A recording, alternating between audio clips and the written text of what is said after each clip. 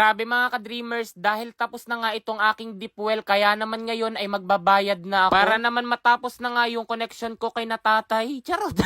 Finally, after 3 weeks ay natapos na nga ni natatay itong ipinagawa ko sa kanila na deep well water. Medyo natagalan ho mga ka-dreamers kasi nga napakaraming bagyo ang dumaan sa atin. Marami kasing mga kapwa natin ka-dreamers ang nagsasabi nga sa comment section na napakatagal daw ng paggagawa nila. Nauunawaan ko naman ho ang inyong opinion kasi nga napanood nyo yung mga videos natin. Pero sa loob nga ng 3 linggo ay mayroon naman mga problema na dumarating habang sila ay gumagawa nga nitong deep well. Bukod kasi ho mga ka-dreamers sa mga bagyong lumipas ay nagkaroon din ng problema pagdating nga sa makina na kanilang ginagamit. Kaya nga kung napanood nyo ang isang video ko last time ay nagbili nga ako ng makina. Nang sa ganoon ay maituloy nga ni natatay ang paggawa ng deep well water. By the way, yung makina nga pala ho na iyon mga ka-dreamers ay kay natatay pero ako lamang muna ang bumili kasi out of budget sila. Pero babawasin ko iyon sa kabuuang ibabayad ko sa kanila dahil iyon naman ang aming napagkasunduan. At dahil nga ho mga ka-dreamers sa mga problemang dumating sa loob nga ng 3 linggo ay tumagal iyong trabaho. Sa halip na halos 2 linggo lamang ay inabot talaga ng 3 weeks. Abay sobrang worth it naman ho mga ka-dreamers ang paghihintay tapos yung pag-invest ko nga rin sa deep well water. Kasi habang buhay kami ay mapakikinabangan namin ni Rich. Tsaka sa pagpapagawa pa nga lamang natin ng dream house ay mapakikinabangan na agad. And honestly speaking ho mga ka-dreamers, napakinabangan na rin nga agad rin ng ilan nating magiging kapitbahay. Dahil kung mapapansin nyo nga sa ilang mga videos natin ay may ilan na rining nagtatabo. Pinababayaan kasi muna naming buhay iyong deep well para naman mas malinis iyong tubig. At habang buhay nga ho iyan mga ka-dreamers, sa halip na yung ilang kapitbahay ay tumabo pa sa malayo ay dito na lamang muna sila nagtatabo at libre nga iyon. May ilan na rin yang dito nakaligo at dito na rin naglaba. Sabi ko nga'y lubos-lubosin na kasi kapag may bakod na hindi na talaga pwede.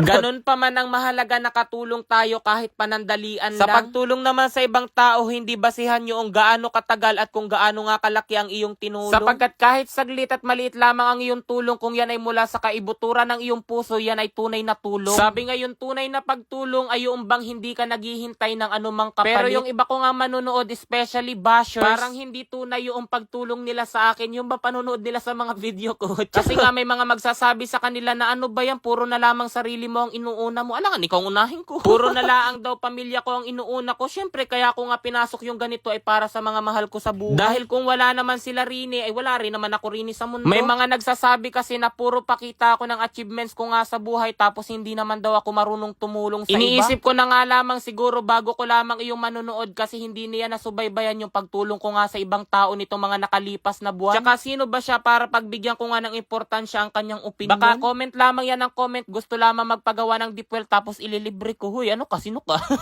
Sa ngayon, hindi ko na muna siya i-mention sa kana lamang kapag ako ay nag-init na ang ulo.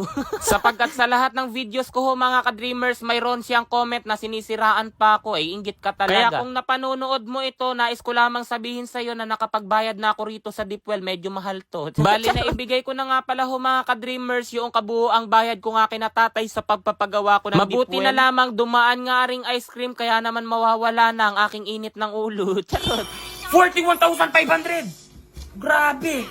12,500! Yung 1,000 ko naging 84,100. O, di ba mga ka-dreamers, sobrang dali lamang kumita rito kay PH Pierre. Kaya kung nais nyo rin kumita ng napakalaking pera, nasa comment section lang ang link para mag-register at mag-deposit ng 100. Tapos, huwag nyo kalimutan mag-screenshot at ilagay iyan sa comment section para manalo kayo ng 500 pesos. Ang mahilig ko ritong laruin ay ang Super Ace. So, mga ka-dreamers, dito kay Super Ace, magbebet lamang ako riyan ng 1,000. Tignan natin kung magkano ang aking mapananaluhan din eh.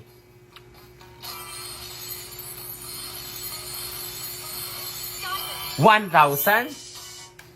Uy, scatter agad. Play. 200. 800. 100. 1,200. Wow, 3,000 ano? 2,000. Uy, 4,800. 1,800. 2,000. 41,500. Grabe. 12,500. 4,000. Ayan na. 5,000. Hala. Hala, hala, hala, hala. Hala, hala. Hala. 200. 400. 3,600. So tingnan nyo mga ka-dreamers, yung 1,000 ko naging 84,100. Di ba napakalaki? Kaya kung nais nyo rin manalo, nasa comment section lang ang link para mag-register. Huwag kalimutan mag-deposit at ilagay ang screenshot sa comment section at may pag-asa kayong manalo ng 500 pesos.